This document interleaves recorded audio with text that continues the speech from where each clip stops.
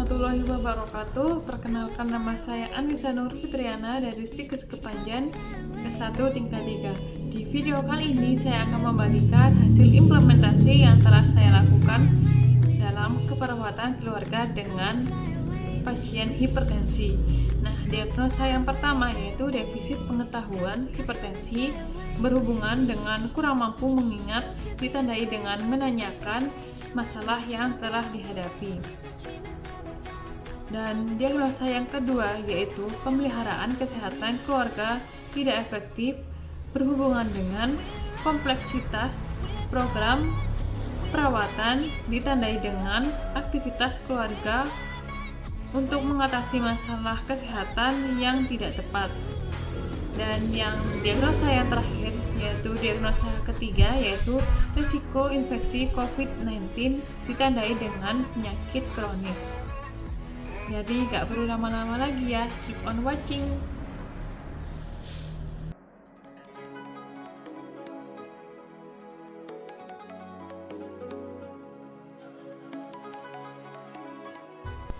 Assalamualaikum warahmatullahi wabarakatuh. Waalaikumsalam warahmatullahi wabarakatuh. Nah, sesuai jadwal yang telah kita sepakati kemarin kan, saya akan memberikan implementasi yaitu pendidikan kesehatan tentang hipertensi yang sudah kita jadwalkan. Apakah ibu dan keluarga bersedia? Bersedia. Nah, akan saya mulai kurang lebih dalam waktu 10 menit. Nah, pendidikan kesehatan tentang hipertensi. Hipertensi adalah suatu keadaan di mana tekanan darah tinggi, sistolik berada dalam 140 mmHg dan diastolik melebihi 90 mmHg. Nah, risiko hipertensi itu dapat diubah dan tidak dapat diubah. Nah, yang dapat diubah itu tentang gaya hidup sehat dan pola makan, olahraga dan diet seimbang dan tidak merokok. Nah, yang tidak dapat diubah yaitu umur, jenis kelamin, dan juga riwayat penyakit. Nah, kalau yang jenis kelamin itu mengapa sih kok bisa menyebabkan hipertensi?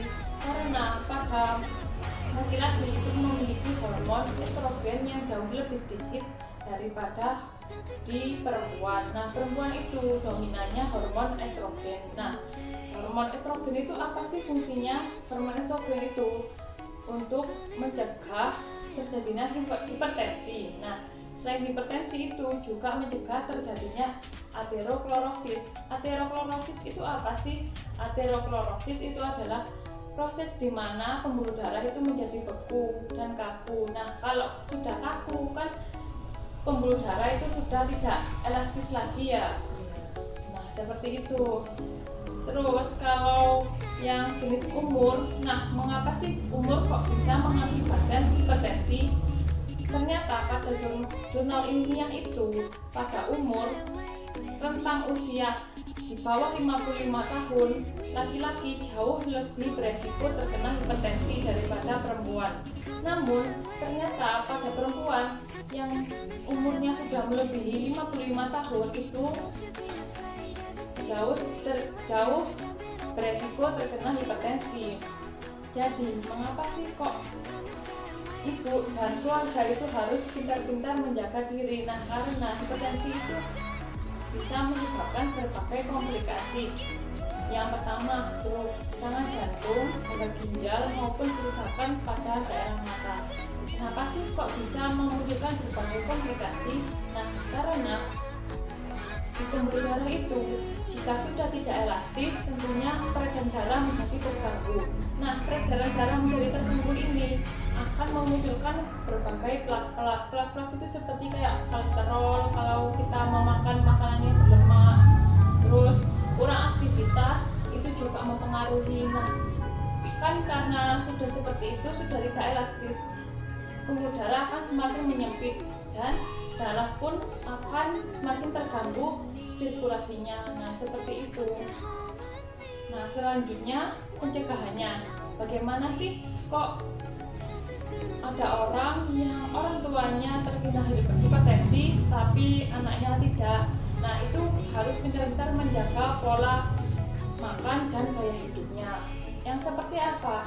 Dalam seminggu itu minimal kita harus berolahraga selama 5 kali. Nah, sehari itu sebanyak 30 menit. Tapi olahraganya tidak susah-susah.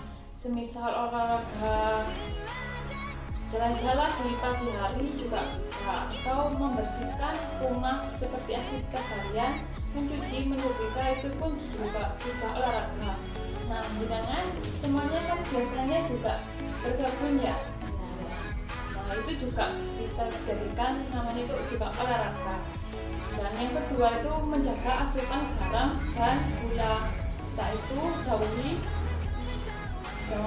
jauhi orang-orang yang merokok, karena bagaimana kok orang merokok itu bisa terkena hipertensi? Nah, karena hipertensi itu ada kaitannya dengan nikotin. Nah, asap rokok itu mengandung nikotin. Nah, nikotin itu menyebabkan jantung bekerja lebih keras, dan tentunya jika jantung sudah bekerja lebih keras tentunya memompa pun jauh lebih berat, dan menyebabkan pembuluh darah itu pun semakin susah, menyempit, dan peredaran darahnya pun meningkat, dan itu menyebabkan yang namanya hipertensi atau tekanan darah tinggi.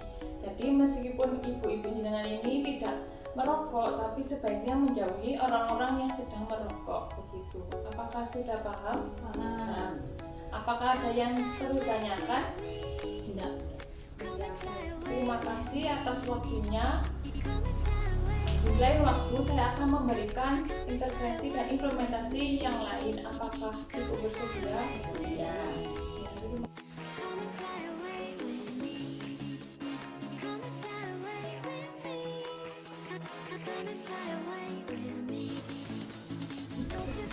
Assalamualaikum warahmatullahi wabarakatuh. Waalaikumsalam warahmatullahi wabarakatuh.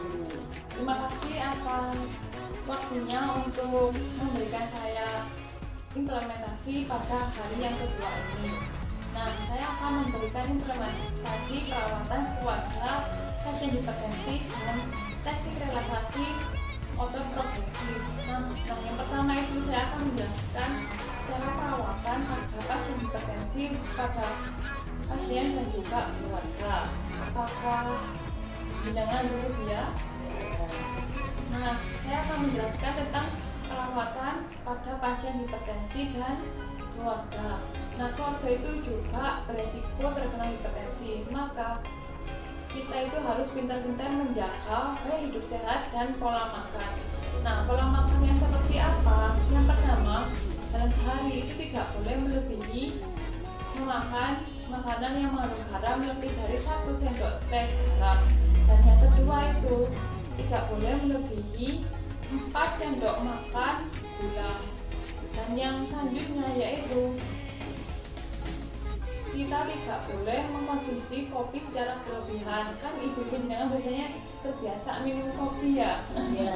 Nah, sekarang disarankan untuk mengurangi cara mengkonsumsi kopinya dengan minum air putih atau minum minuman yang lebih ringan.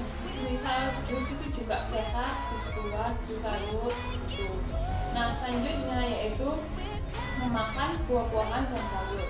Buah-buahan yang seperti apa sih yang baik untuk pasien hipertensi? Nah, yang pertama itu jeruk dan apel, karena mengandung vitamin C yang tinggi untuk kesehatan tubuh dan kekebalan tubuh. Nah, tapi yang paling dianjurkan itu yaitu memakan pisang. Mengapa demikian? Karena pisang itu mengandung kalium.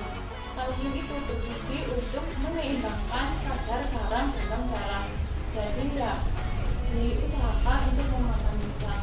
Namun tapi kalau semisal nggak ada buah, harus makan apa sih? Nah, kalau nggak ada buah itu bisa disiasati dengan memakan sayuran minimal dalam sehari itu 3 sendok makan sayuran. Tapi sayurannya itu yang sudah dimasak ya. Biasanya kan kalau orang-orang di sini makannya sama lalapan, misal kacang mentah gitu ya. Nah, sekarang itu dikurangi ya. Makan makanan yang sudah dimasak dengan benar gitu. Selain itu, kita juga harus menjaga pola tidur kita. Jam tidur kita itu tidak boleh berganti-ganti. Misalnya kemarin jam 10 malam langsung sekarang nanti tidurnya jam 12 malam, itu tidak boleh. Tidak disarankan untuk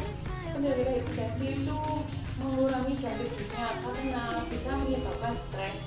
Nah, stresor itu juga bisa menyebabkan kadar tekanan darah itu menjadi meningkat begitu. Nah, selanjutnya saya ini akan memberikan teknik relaksasi otot progresif untuk bertujuan meredakan otot dan juga menenangkan saraf gerak dan menenangkan perasaan bagi pasien yang terkena hipertensi.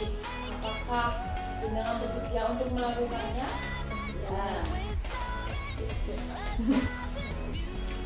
Nah, teknik relaksasi otot progresif yang pertama yaitu genggaman tangan itu seperti meremas sebanyak 5 kali. 1, 2, 3, 4, 5. Lalu rentangkan tangan ke bawah dan perlahan ke atas selama 5 detik. 1, 2, 3, 4, 5. Lalu tahan selama 5 detik. 1, 2, 3, 4, 5. Nah, kegiatan yang selanjutnya yaitu kerukan wajah. Jadi seperti orang yang mau marah gitu. Sama 5 detik. 1, 2, 3, 4, 5. Nah, setelah itu senyum sampai otot pipi terasa tertarik selama 5 detik.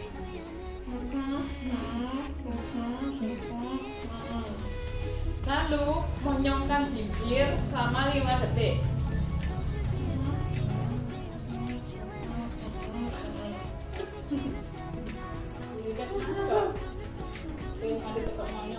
Nah, setelah memonyongkan bibir, lalu menarik tangan ke belakang kepala, jadi seperti ini selama 5 detik. 1, 2, 3, 4, 5. Nah, lepaskan, lalu menunduk selama 5 detik. 1, 2, 3, 4, 5. Di gerakan yang selanjutnya yaitu meletakkan tangan di perut dan tekan, lalu hitung sampai 5. 1, 2, 3, 4, 5. Nah, selesai. Yang terakhir itu tarik nafas sebanyak 3 kali secara perlahan.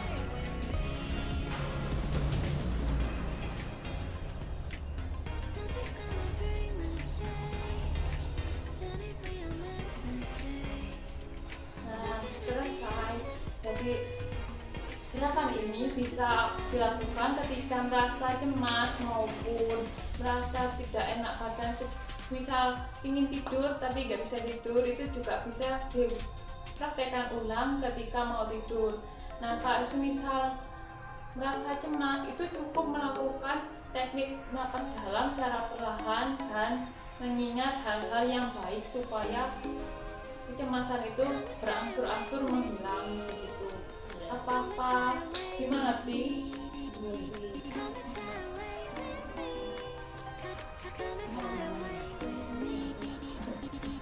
Saya mau tanya, makanan apa saja yang dilarang? Apakah ikan asin itu juga diperbolehkan? Nah, ikan asin itu kan mengandung banyak garam ya, karena dalam sehari itu kita hanya diperbolehkan memakan garam itu tidak melebihi 1 sendok teh garam. Jadi lebih baik kita ganti lauknya dengan ikan yang masih segar, bukan ikan yang sudah dikeringkan seperti itu. Dan jangan lupa untuk memakan makanan yang hasil olahan dari rumah sendiri, jangan yang siap saji ataupun makan makanan seperti instan, itu juga lebih baik dikurangi. Apakah bisa dipahami?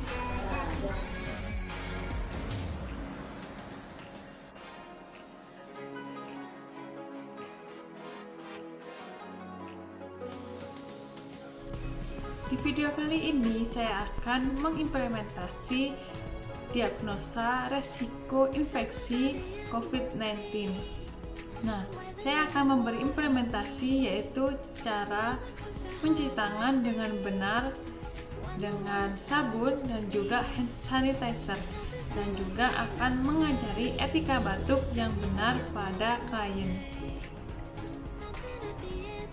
Yang pertama, kita keluarkan hand sanitizer ke dalam tangan, ke telapak tangan secukupnya saja, terus kita putar-putar 4 kali, terus kita gosokkan ke sela-sela jari, lalu ke sela-sela jari seperti ini. Kita gerakan mengunci 4 kali.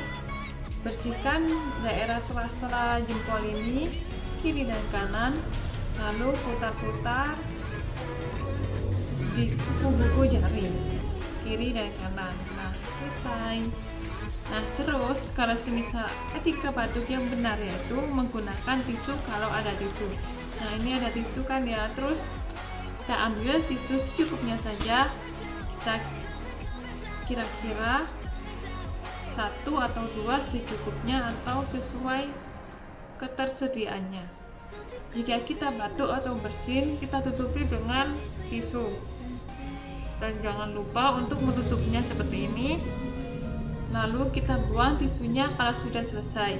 Nah, kalau semisal dalam keadaan kita tergesa dan masih belum mengambil atau membawa barang apapun, kita dapat menggunakan bagian siku bagian dalam untuk menutupi ketika kita bersin ataupun batuk. Jadi begini, usahakan kalau kita itu menggunakan bagian dalamnya, bukan bagian luarnya, karena kalau bagian dalam itu akan melindungi kita maupun orang lain untuk tidak terpapar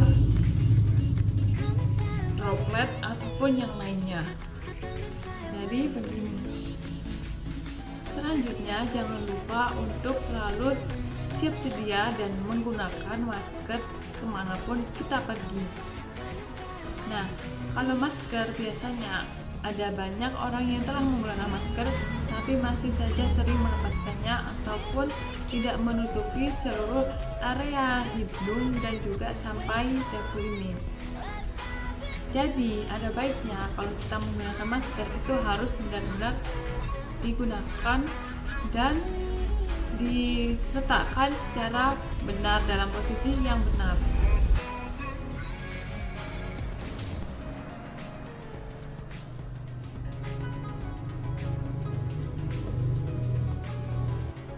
Assalamualaikum warahmatullahi wabarakatuh. Nah, sesuai dengan perjanjian yang kemarin, kita akan melakukan cara pencegahan infeksi di era pandemi COVID-19 ini. Karena kan di era saat ini sangat penting untuk menjaga kesehatan tubuh kita. Apalagi kalau kita sudah tua maupun lansia, itu sangat penting dan rentan untuk terkena penyakit. Jadi di sini saya akan memberi contoh melakukan etika bersin yang benar dan juga cuci tangan menggunakan hand sanitizer dengan benar. Apakah jenengan bersedia? Ya. Jadi kalau etika bersin yang benar itu, jika ada tisu yaitu memakai tisu. Jadi ya, kalau kan sudah tahu ya kalau tisu ya biasanya kan kalau orang bersin itu memakai tisu langsung ditutupkan ke daerah mulut dan hidung seperti ini, langsung jangan lupa dibuang. Nah, seperti itu. Tapi jika semisal tidak ada tisu maupun tidak menggunakan masker saat di rumah, itu alangkah baiknya jika menggunakan lengan bagian dalam di sisi kiri itu ketika kita bersin kita tutupkan dengan cara seperti ini. Nah, seperti itu. Karena kalau kita bersin tidak ditutupi itu kan ya droplet atau air liurnya itu bisa keluar begitu. Jadi kan bisa mengganggu orang lain.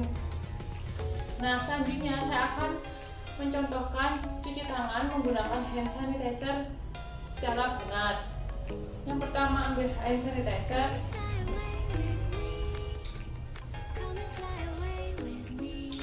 Nah, yang pertama gosokkan ke telapak tangan 4 kali. Lalu gosokkan punggung tangan kanan dan kiri sebanyak 4 kali. lalu gosokkan di antara sela-sela jari ini 4 kali. Lakukan gerakan mengunci seperti ini.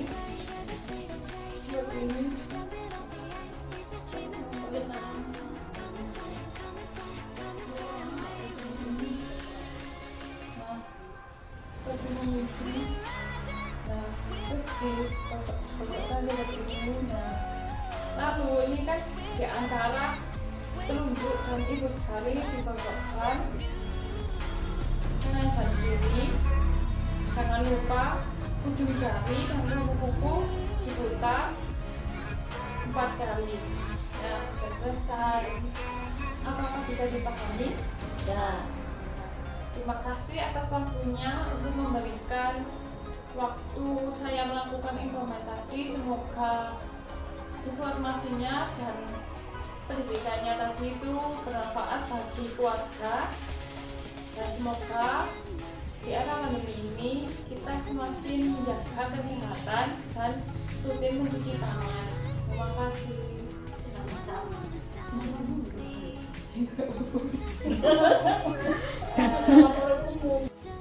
Semoga video ini bermanfaat dan kurang lebihnya mohon maaf. Wassalamualaikum warahmatullahi wabarakatuh.